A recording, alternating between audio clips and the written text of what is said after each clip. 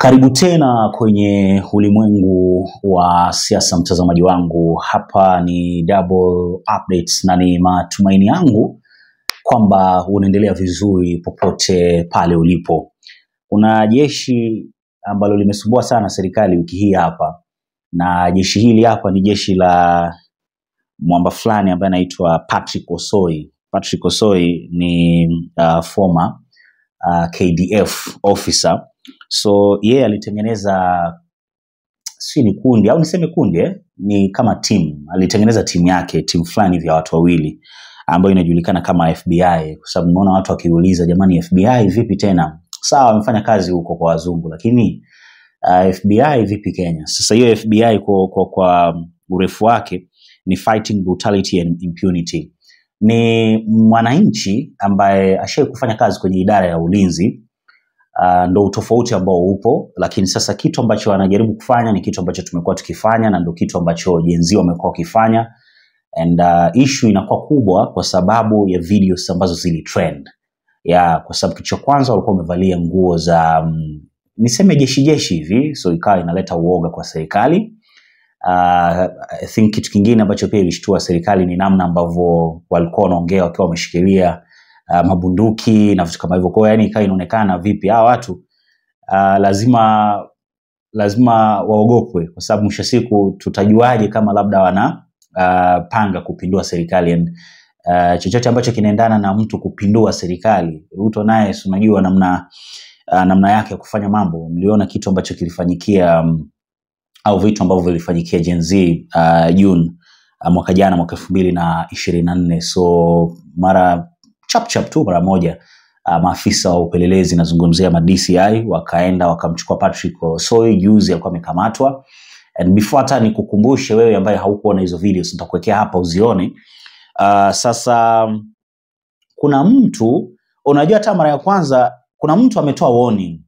Yeye pia amevalia tu nguo za hizo za ambazo zinakaa za jeshi. And ni ex-KDF officer or ex-KDF soldier pia na yeye. And kwenye video yake jamaa ana ujasiri fulani wa hali ya juu sana, mpaka mimi mwenyewe nikaa nashangaa inakuaje hii kama kina Patrick Osoi na namna ambavyo walikuwa wanaongea, serikali waliona kabisa wanatishiwa, then ya huyu jamaa sio itakuaje? Na jamani kama anaongea amejipanga, ni kwa kuongea kwake utaona kabisa ni mtu ambaye amejipanga, kwa sababu anasema wao sio kama Gen Z ambao wanatishiwa na wanapigwa risasi. Yani wao ni tofauti kidogo, na serikali ikicheza itapatana nao kabisa head on, na itakuwa ni noma sana. So kwa upande wangu mimi, before hata kuchezea hiyo video, hebu tukue makini kidogo. Akina Murkomen, muacheni kujipiga kifua hapo. Hili ni swala ambalo ni very very important, na tunafaa tuiangalie kwa undani zaidi. Ukifua na nini na vitu hivyo vyote, kiburi, kifua, power nyingi kwenye kichwa, hakitatusaidia sasa hivi, au havitatusaidia sasa hivi. And inabidi tuwe more serious kidogo, tuangalie, kwa sababu haya mambo yanaweza yakaribu nchi, na mwisho siku watu wakauana hapa vibaya sana. And sio kitu ambacho mtu anaweza akaombea nchi yake, na ni nchi ambayo sisi tunatamani kuona inapiga hatua, inakuwa na uongozi bora na vitu vina kuna ndugu zetu hapa wana hustle bwana, wanategemea lazima watoke wapande gari waingie town, waingie industrial area, waingie sio wapi na wa hustle. So yani vita ikitokea sasa watu wataishi vipi? So itakuwa ni vigumu sana, mtazamaji wangu. So sikiliza kitu ambacho jamaa alizungumza hapa, and I hope serikali haita tumia kifua, but at least tutumie mbinu ambayo inaweza ikapoesha mambo na vitu vikaenda vizuri. Msikilize. I warn you, Ruto, and I want you to listen to me very clear. All right? I want you to listen to me very clear, without fear or favor. I've been warning you, but you are taking it as a joke. And this is the last warning. Release Patrick Nyambaka Osoi. Release him. Release him.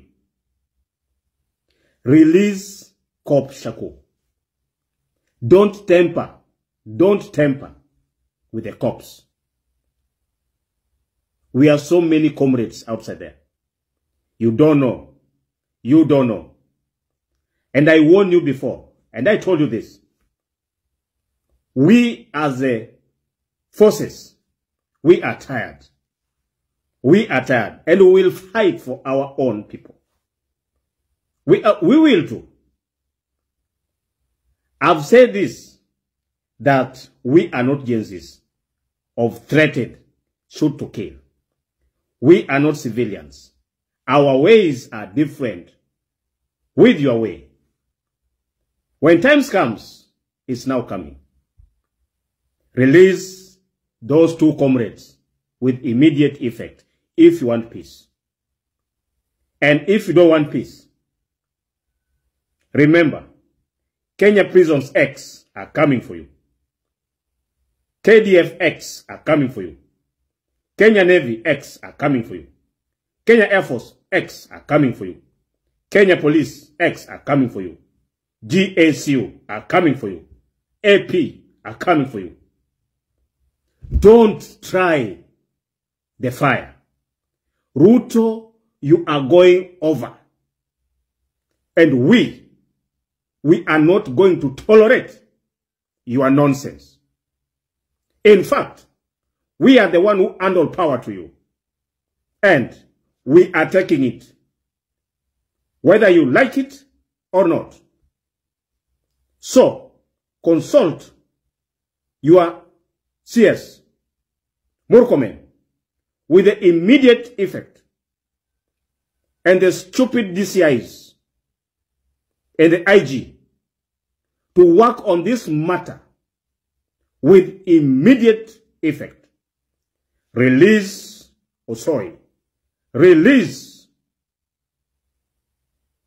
Cop Shakur. Set my boys free. And if you don't do so, we are coming for you. I am coming for you.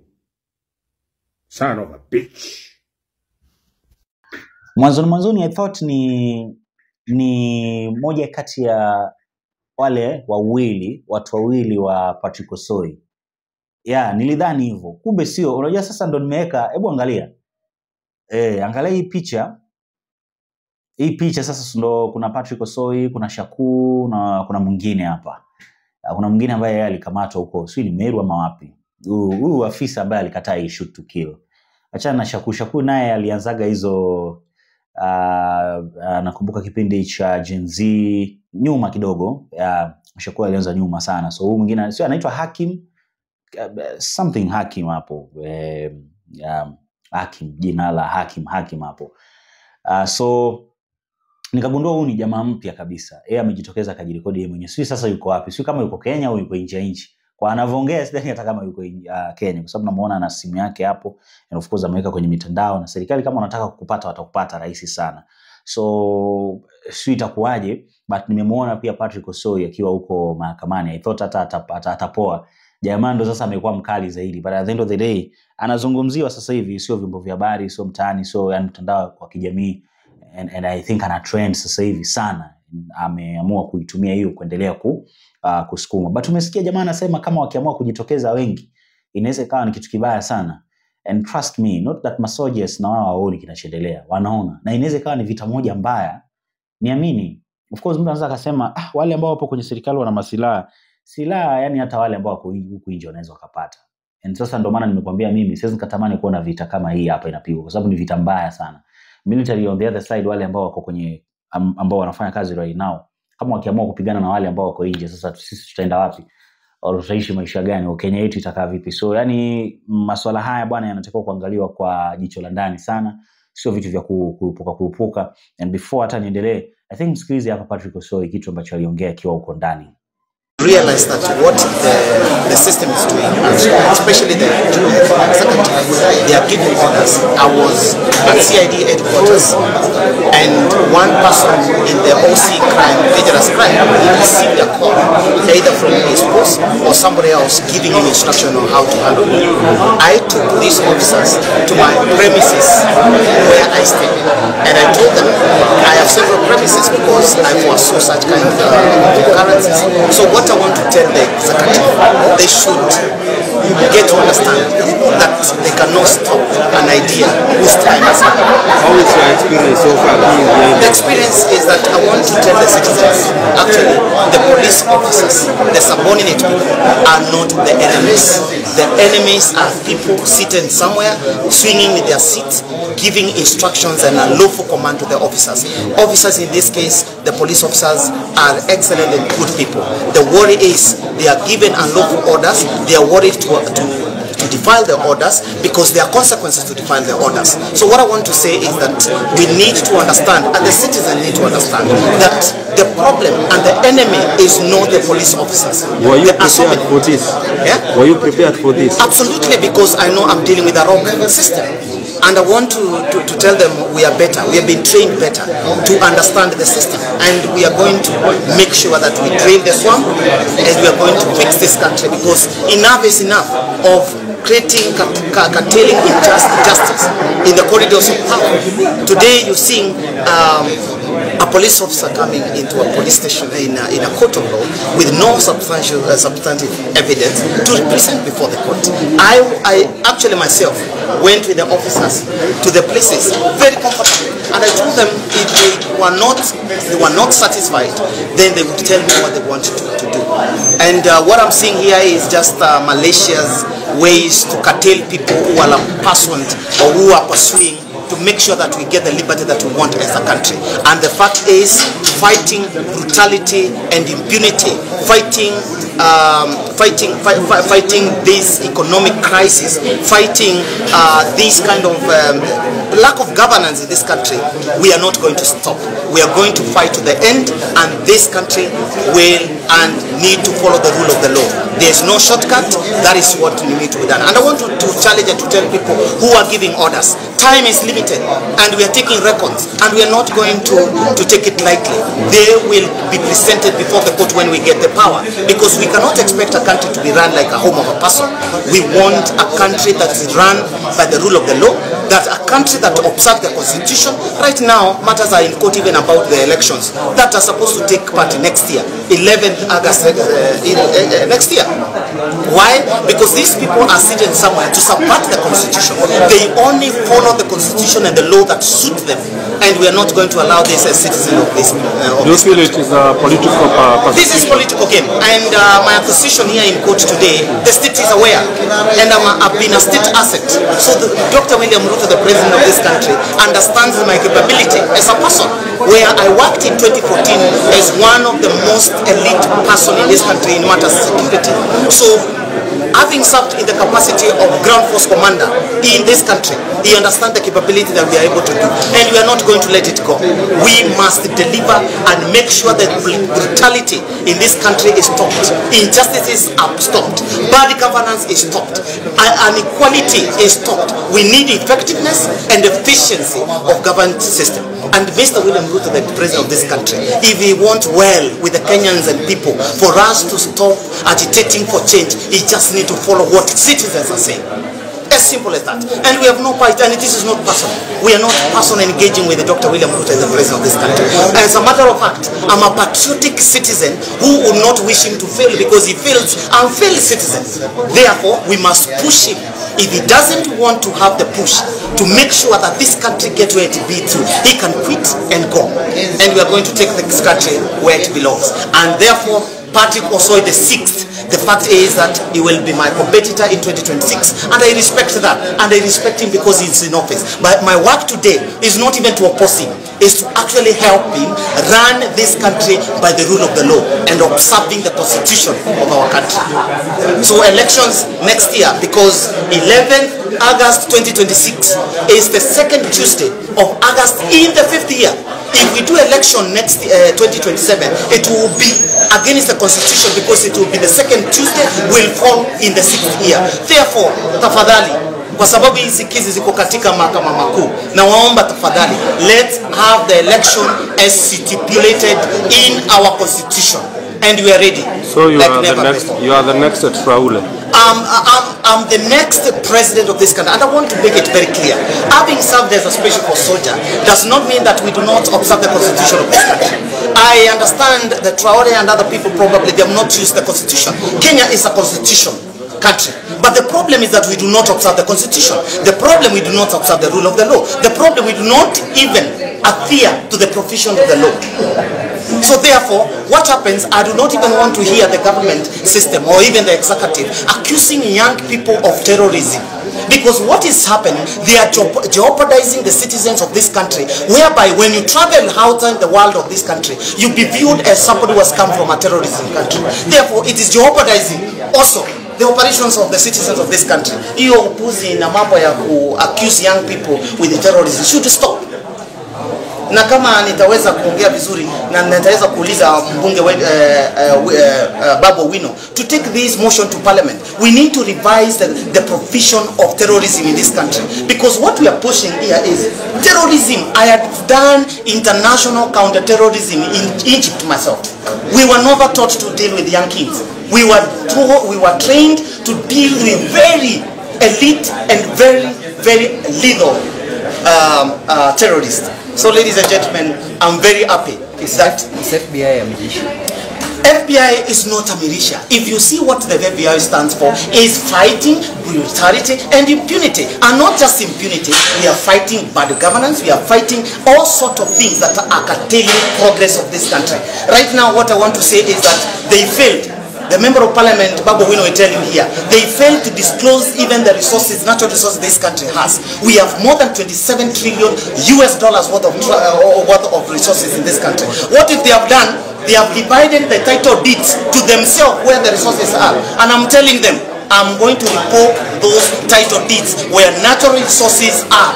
We cannot have a country that people want just to continue enriching themselves, and the majority of the Kenyans are continuing to be poor. It is not happening. Thank you. Actually, let me say something. The way of which country is this? Was elected while in his prison. If you remember, if he was elected in prison, I don't care. We have to see the change, and the change that we want. Thank you very much. Na baada ya kuongea hivyo pia nilimsikiliza waziri wa masuala ya ndani, namzungumzia Murkomen. And Murkomen was like, mwezi mkavalia hivyo mnavovaa, alafu tena mna masilaha hatari, mnatishia taifa au nini? And alikuwa na haya kuzungumza Murkomen. Of course, kidogo lazima baridi waingie, kwa sababu hawa nao, imagine wameshikana kama watu 50 au 100 au hata 200. Anaweza wako wengi, by the way, these retired, KDF or Kenya Police or Kenya Prison, wako wengi sana, and wana njia zao, wanajua mambo mengi sana kuhusu serikali. Sasa kama wakiamua kushikana, sasa itakuwaje? Itakuwa ni vita kubwa sana. Sikiliza kitu ambacho alizungumza hapa Murkomen ndo tumalizie.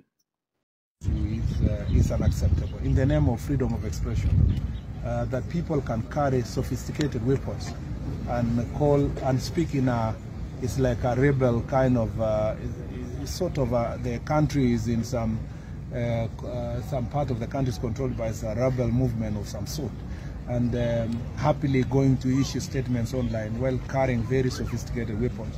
And that's why the DCI has arrested and charged those people. Now you will see, and I'm telling you, you will see LSK, another civil society organization, and opposition running around, and they will start saying, oh, freedom of expression, people must be allowed to wear what they wear, they must be allowed to carry whatever gun, they must be allowed to say what they want to say. Really? You want now to tell me that those people should not be charged with the most severe sections of the penal code, or various acts of parliament, including acts that deals with prevention of terrorism? I mean, we must be firm if we must prevent our country, and that is what we are trying to do. No matter what people will say, we are firm. Gladly, on this situation, they have been charged in a court of law, and we want to see if the judiciary will be intimidated by opposition characters and civil society to let them go, and see whether really, you see, people think that their responsibility to protect the nation is only for executive. It's for everybody, for the legislature, for the judiciary, and judiciary is handling criminals and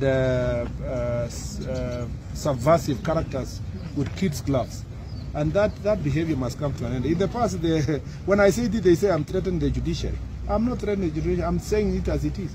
The judiciary must rise up to the occasion and deal with criminals for suspected criminals, especially of high crimes and organized crimes, must be dealt with decisively. That includes those who are involved in drug trafficking, those who are subversive activities, acts of terror. We must handle it because it's not a responsibility of the Ministry of Interior alone to secure the nation. It's the responsibility of everybody, including the judiciary. And kwenye video yangu ambayo inafuata, na nitazungumzia swali ambalo nataka nikuulize before nitoke. What happens if there is a significant population of sympathetic corps and military? What conditions encourage the formation of militias? Kwa sababu hivi vikundi vitakuwa vinatengenezwa hapa each and every day. And vikiendelea kutengenezwa hivyo, vita itokee, what conditions encourage the nini inafanya hivi vitu vinatokea? But again, ni nini hiyo inaweza ikafanyika? Umeelewa? Yeah, so niache maoni yako hapo chini kwenye sehemu ya comments, lakini kitu kikubwa zaidi, make sure una subscribe kwa ajili ya kuendelea kupata taarifa nyingi na mpya kila wakati. Kwa wale ambao walimiss zile videos za kina Patrick Osoi ambayo ilifanya nao akakamatwa, I think acha nikupe nafasi tuzitazame kwa mara ya mwisho, and I think hata sasa tukiendelea mtakuwa mnajua ni videos gani mimi nazungumzia, sio? Tukutane kwenye video ambayo inafuata. Bye bye.